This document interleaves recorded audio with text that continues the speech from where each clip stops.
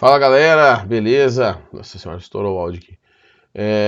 Nosso primeiro vídeo desse ano aí para o nosso aprofundamento EAD, certo? Como é a primeira semana, eu vou mudar um pouquinho o que eu planejo fazer durante o ano.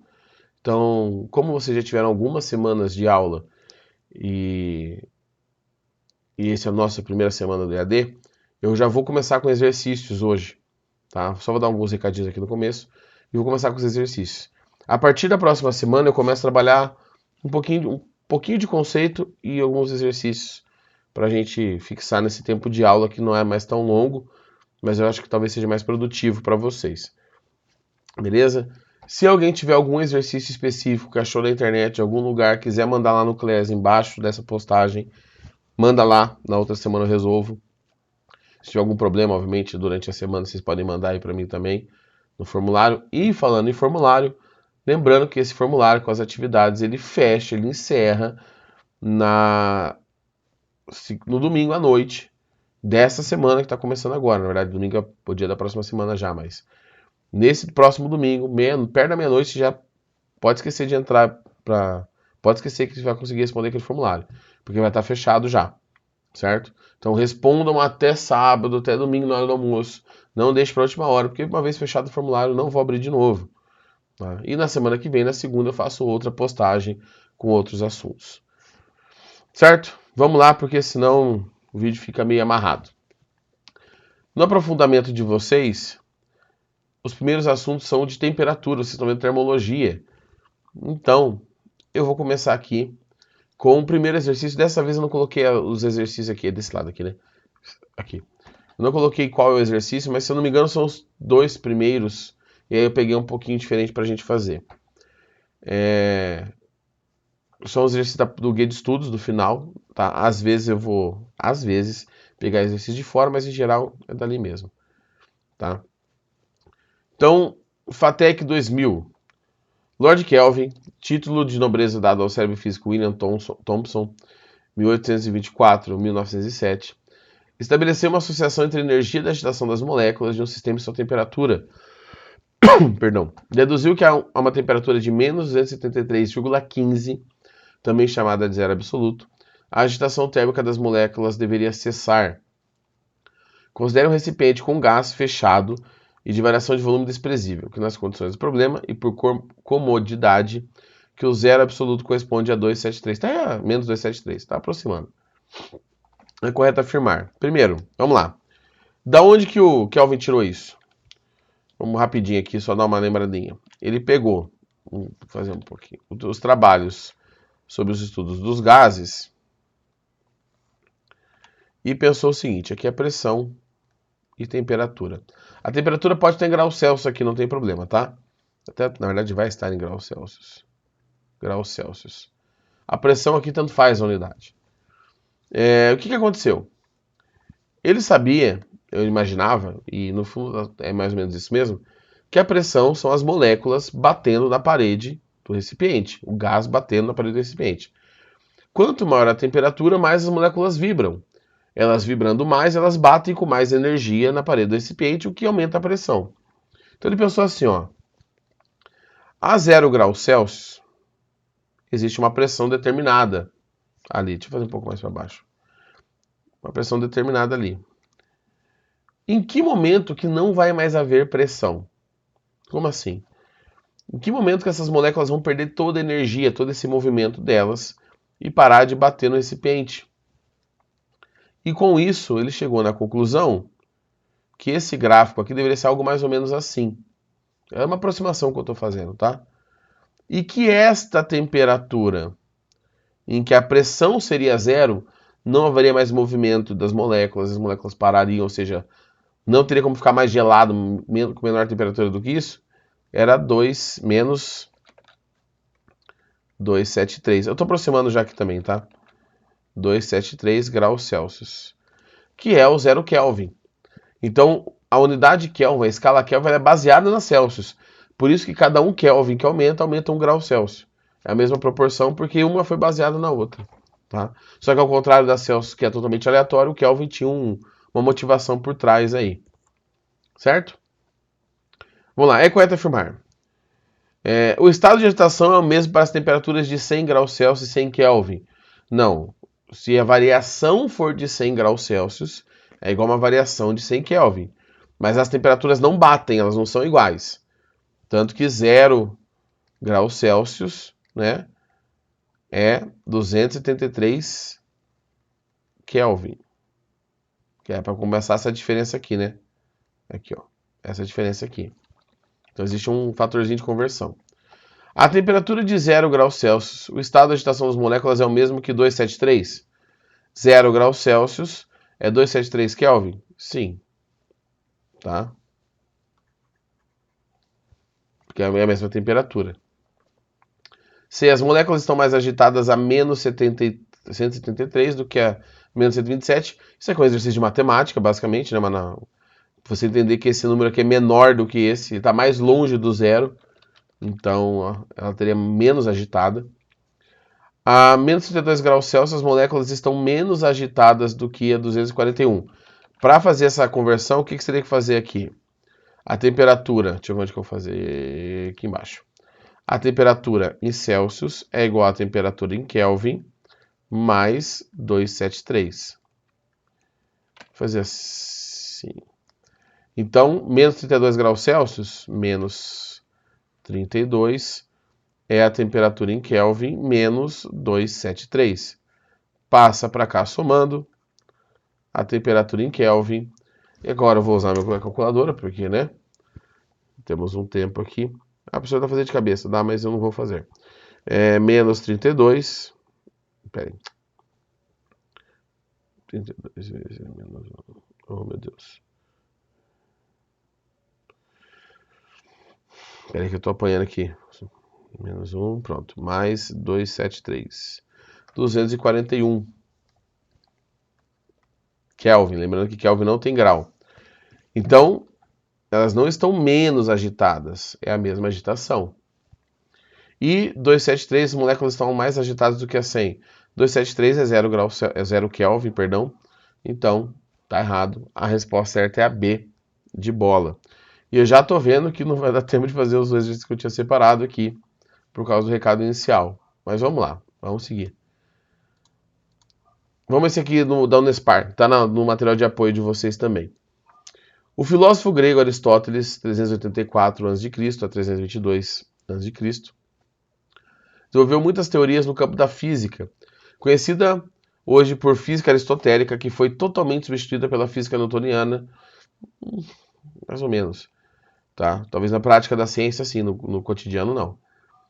Porque, vou fazer um adendo aqui, porque muito do pensamento que nós temos naturalmente é aristotélico, apesar de errado, é aristotélico.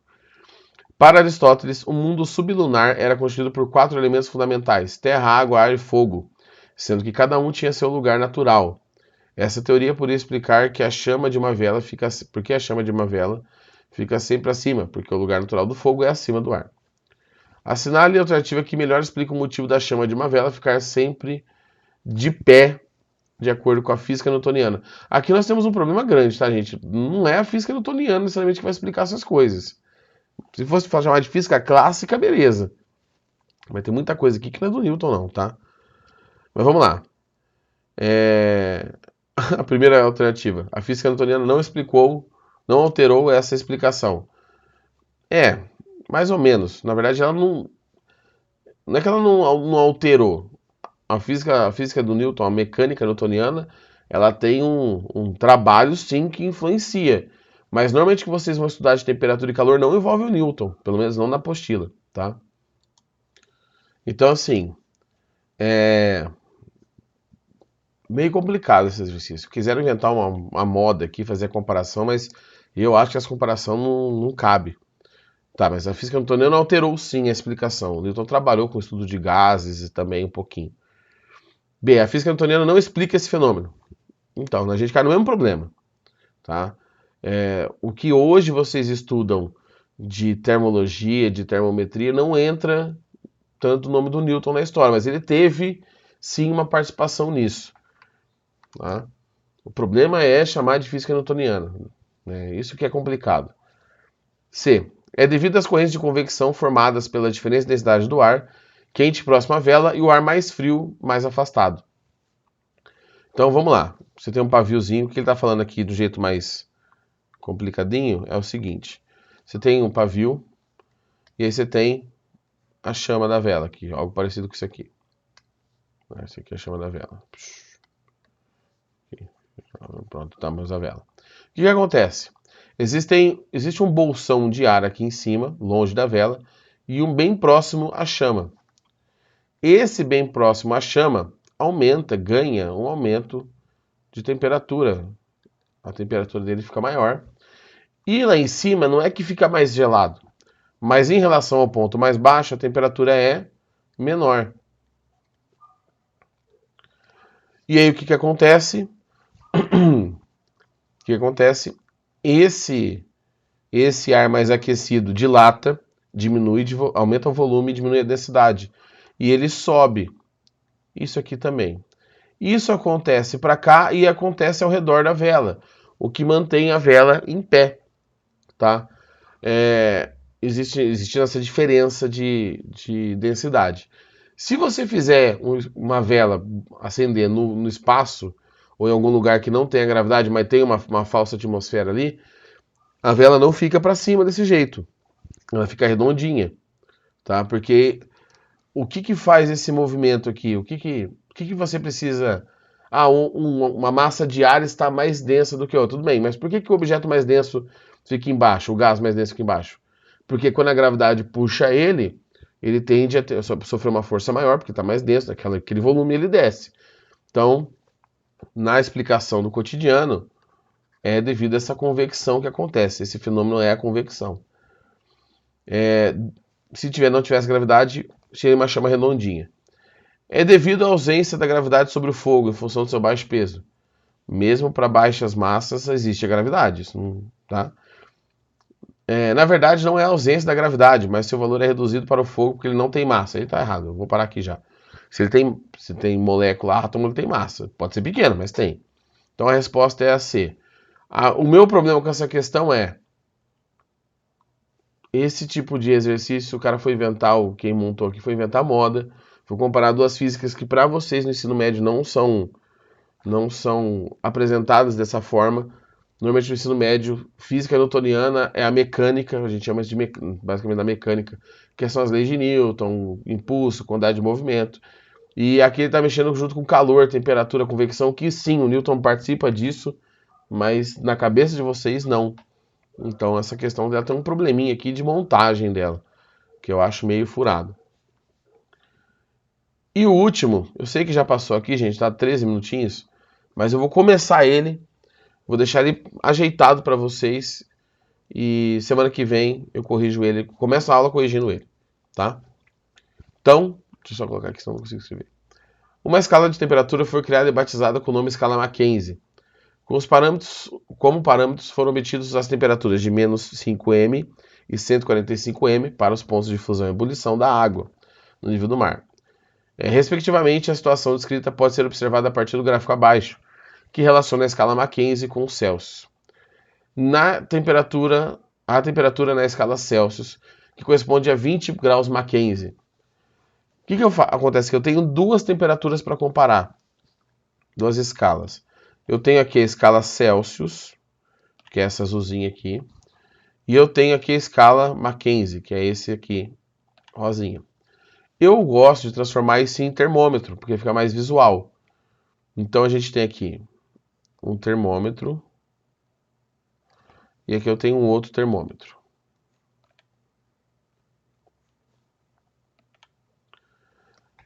Existem pontos que são equivalentes. Esse ponto aqui diz que essa temperatura é equivalente a essa. E esse ponto aqui, que é essa temperatura é igual a essa. Tá? Então vamos marcar isso aqui.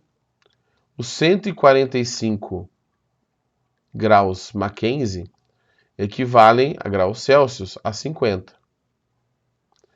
E o menos 5 graus Mackenzie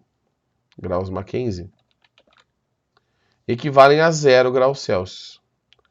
Ele quer saber 20 graus Mackenzie, ele quer saber essa temperatura aqui. Equivale a quantos vou ser bem criativo, chamar de x, quantos graus Celsius. Como que eu faço agora? Eu faço a regra do barriguinha, barrigão. Eu pego a temperatura intermediária e subtraio da de baixo. Então vai ficar 20 menos, da equação, da regrinha, né? Menos 5.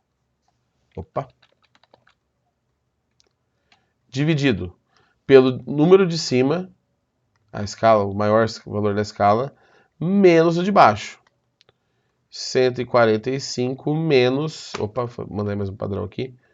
Menos 5. Isso aqui é igual... Opa! Isso aqui é igual... Agora eu faço isso para a escala Celsius. O do meio menos o de baixo, o de cima menos o de baixo. Então o do meio é o x menos... Deixa eu colocar esse menos aqui embaixo também. Menos, pronto. Menos 0, o do meio menos o de baixo, dividido pelo de cima menos o de baixo. O que eu estou fazendo aqui? Eu estou fazendo uma proporção, estou descobrindo a proporção. Tá? Essa proporção aqui em cima,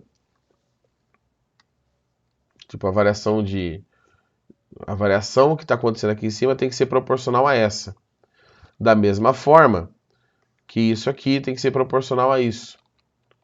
Tá? E essa proporção que eu estou descobrindo.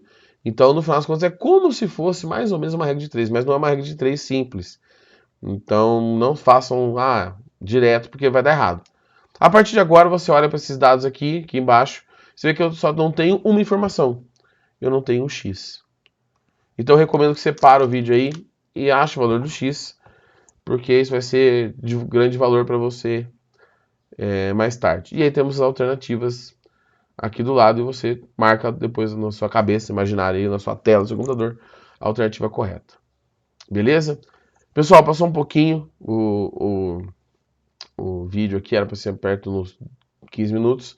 Só que esse exercício que eu acho interessante, porque é o tipo de exercício mais difícil que pode aparecer, que nem é tão difícil assim, mas é mais complicadinho, tá?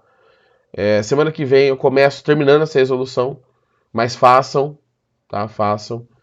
Cuidado que vocês procuram as coisas na internet, porque eu às vezes mudo os valores aqui e nas atividades, então cuidado. E a gente se tromba semana que vem, certo? Não se esqueça que o formulário fecha no domingo à noite. E semana que vem a gente continua com a segunda aula e um pouquinho mais diferente do que essa primeira, que foi mais os exercícios mesmo.